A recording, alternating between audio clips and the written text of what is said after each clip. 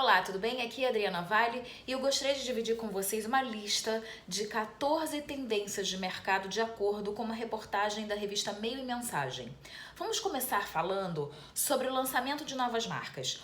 No momento de crise, onde as pessoas estão muito inseguras com o futuro, as marcas que já estão consolidadas na cabeça do consumidor são aquelas que hoje têm mais chances de efetuar vendas, porque as pessoas dificilmente vão agora prestar atenção nos benefícios, nos recursos de novos produtos e serviços, mesmo de marcas consolidadas. As pessoas vão buscar aquilo que elas já conhecem, aquilo que tem tradição, que passa confiança. Em segundo lugar, as pessoas já estão mais focadas, devido a toda essa situação de risco, na manutenção em detrimento de novos ganhos. Então a pessoa vai pensar muito mais na base da pirâmide de Maslow do que em outras coisas. É claro que entretenimento nesse momento está sendo uma coisa muito importante. O Netflix aumentou as suas vendas em aproximadamente 16%, de acordo com o último dado que nós tivemos acesso.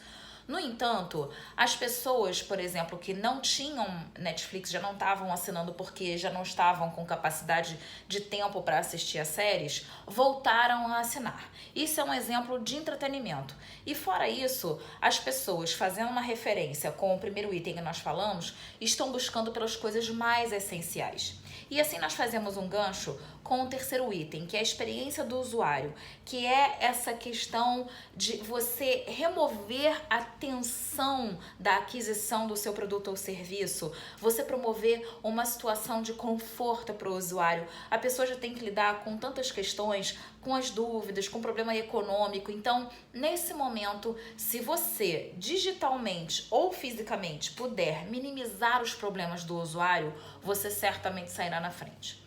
O nosso quarto item tem a ver com a incerteza, ou seja, aquelas marcas que começaram a se desenvolver pouquíssimo antes do problema do coronavírus, elas podem ter muito problema para se estabelecerem nesse momento, seguindo exatamente toda a vertente que nós viemos falando antes. Mesmo que essas marcas já estivessem construindo sua consciência de marca, elas não estão solidificadas na cabeça do consumidor. Então isso também gera um problema para elas. Aí eu gostaria de fazer um adendo em relação ao trabalho que nós desempenhamos já no mercado. Adriana, isso significa então que se eu vou começar um negócio agora, eu não devo começá-lo? Não vamos levar a coisa tanto ao céu nem tanto à terra. Se você vai desenvolver um negócio agora que está muito fortemente inserido nas tendências, ou seja, delivery de alimentos, você não está produzindo o alimento, mas você é um delivery local, que tem uma capacidade de alcançar os consumidores mais rápido do que o iFood ou do que o Rappi, você tem uma oportunidade sim. Mas veja bem, a sua percepção de valor tem que ficar muito clara para o consumidor e você tem que promover a melhor experiência possível para esse usuário. Vamos passar então para o item 5, que é o do it yourself, faça você mesmo. Bom, registrou-se que houve um aumento significativo na venda de fermento nos supermercados e esses dados que nós temos aqui, de acordo com a pesquisa, não são necessariamente do Brasil. Mas o que eu queria trazer para vocês é uma reflexão. Por que o aumento do fermento? Porque você, ao invés de comprar um bolo, por exemplo, numa padaria local, tem dois problemas. Ou ela está fechada, ou você está com dúvidas de como a pessoa está produzindo esse bolo, devido ao manuseio, se está seguindo as regulamentações. Então, você aprende a fazer o bolo em casa e logo você precisa de fermento. E também, alguns sites que promovem a oferta de receitas para as pessoas também tiveram um número significativo de aumento de acessos. Por quê? As pessoas, para não ficar sem aquela possibilidade de consumir um bolo, por exemplo, elas vão buscar a receita no site e os elementos das matérias-primas básicas no supermercado. Então, essa tendência do faça você mesmo, ela está crescendo fortemente. Fazendo um gancho com isso, foi citado no artigo a questão das pessoas serem mais independentes e fazerem os seus tratamentos, digamos assim, em casa.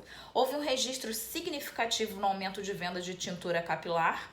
Então as pessoas, como não podem ir ao salão, estão se virando com o serviço da manicure, estão se virando com a tintura dos cabelos, estão se virando com depilação.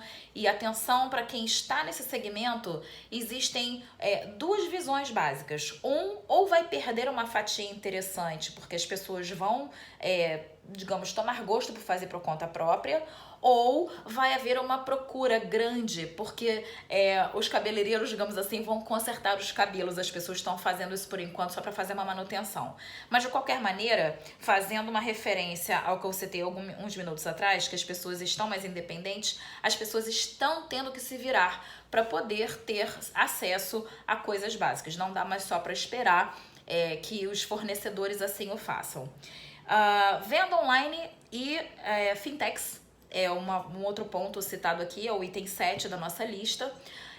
Mesmo o público de com idade um pouco mais avançada, mais idoso, está sendo forçado, entre aspas, a buscar alternativas para não ficar, por exemplo, sem a compra do supermercado. Então, mesmo as pessoas que não têm muita habilidade do uso de ofertas, acessos digitais, estão pedindo ajuda, estão buscando esse novo canal para não deixar de consumir o básico, né? E logo, as fintechs também, que oferecem, por exemplo, algum tipo de financiamento para MEI ou até para pessoa física, também estão tendo uma grande oportunidade, porque as pessoas estão sem receita, né, pequenos negócios, vamos pensar assim, e estão precisando de capital de giro, então está havendo essa demanda que até não deixa de ser uma coisa óbvia. Passando para o próximo item, que tem tudo a ver com isso, é a aceleração da transformação digital. Mas para quem acompanha os meus vídeos, a gente tem falado muito sobre esse tema. A transformação digital, ela vai muito além de você migrar o seu negócio para o formato online. Não basta migrar a marca para o formato online, você tem que migrar os seus processos, você tem que migrar todo o seu modus operandi para o formato online, e isso requer muito planejamento e estratégia. Nós orientamos os negócios a fazer isso de uma forma ética e responsável. Telemedicina é o próximo item que nós temos acompanhado muito, até porque nós estamos vivendo essa questão que envolve saúde, né? Várias ofertas de plataformas de telemedicina, isso está se tornando uma realidade, e segundo o próprio artigo, o que tudo indica que vai acontecer é que a forma como as pessoas vão tratar da saúde vai mudar. Claro que tem certas situações que nós temos que ir até o médico, né? Especialmente em emergência, isso é óbvio. Mas a maneira mais ágil, mais prática das pessoas fazerem o acompanhamento da sua saúde, provavelmente tudo indica vai ser híbrida, ou seja, ela vai ter uma vertente digital e uma vertente presencial. Então as empresas de saúde têm que ficar muito atentas em relação a isso. Bancos digitais, nosso item 10, muito aliado ao nosso item 7, que fala sobre fintechs. As pessoas estão com dificuldade de ir até a agência, ou estão com medo, ou estão impossibilitadas, então elas estão aprendendo a usar as funcionalidades dos bancos digitais. Isso é uma grande oportunidade e, obviamente, os bancos mais tradicionais precisam agora acelerar os seus processos de inserção no meio digital. Falando sobre produtividade, trabalho mais flexível e menos estresse, na reportagem é citado a questão, nós estamos nos adaptando à rotina. Então, o que acontece? Nós estamos, logo que começou o lockdown, nós ficamos um pouco perdidos, horário de alimentação, horário de sono, trabalho. Hoje eu estava numa reunião falando com alguns parceiros, as pessoas estão, não diferente, nós aqui trabalhando às vezes 14, 15 horas por dia, só que nós vamos achar um ponto de equilíbrio. E as empresas, até alguns clientes nossos já relataram, estão começando a entender que pode haver as duas formas. Pode existir o colaborador que vai trabalhar presencialmente porque ele funciona melhor assim, mas um contingente grande de pessoas tem se adaptado bem ao formato do home office, são mais produtivas nesse formato, não tem o desgaste do deslocamento, conseguem interagir mais com suas famílias, estar mais presentes com as crianças, participar mais da educação escolar e da educação do lar. Então isso é uma tendência interessante para as empresas ficarem de olho.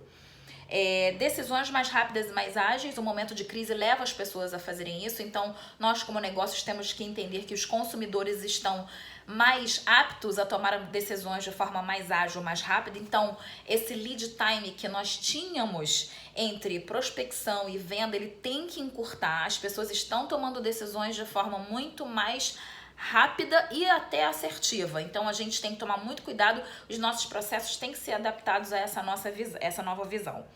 Aprendendo que não é essencial, as pessoas estão revendo os seus conceitos, os seus princípios.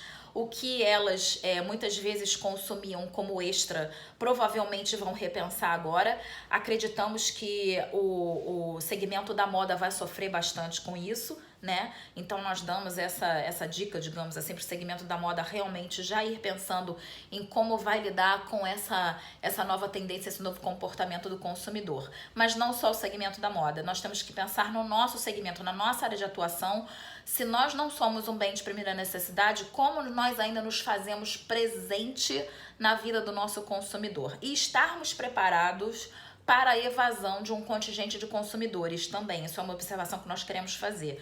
Então, se você hoje tem 1.000 clientes e você vai ter uma evasão de 50% porque você é um mercado premium, por exemplo, não é um bem de primeira necessidade e as pessoas estão repensando as coisas, como é que você se reposiciona ou como é que você aumenta o seu ticket de forma a entender qual o poder de compra do seu consumidor, mas trabalha na fidelização desses que continuam com você e você trabalha ainda mais esse mercado de nicho mais restrito ainda, tá?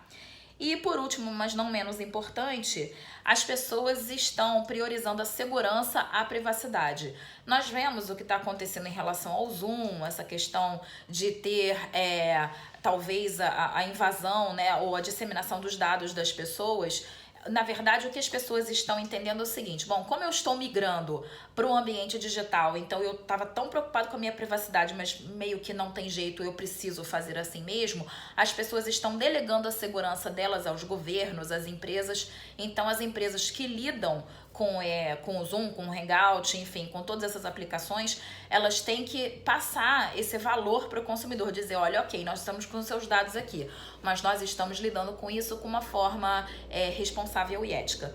Então, pessoal, nós listamos aqui com base no artigo que se encontra junto a esse vídeo, 14 pontos a serem muito bem pensados devido a essa situação do coronavírus e que farão parte do mundo pós esse lockdown, pós essa crise que estamos vivendo.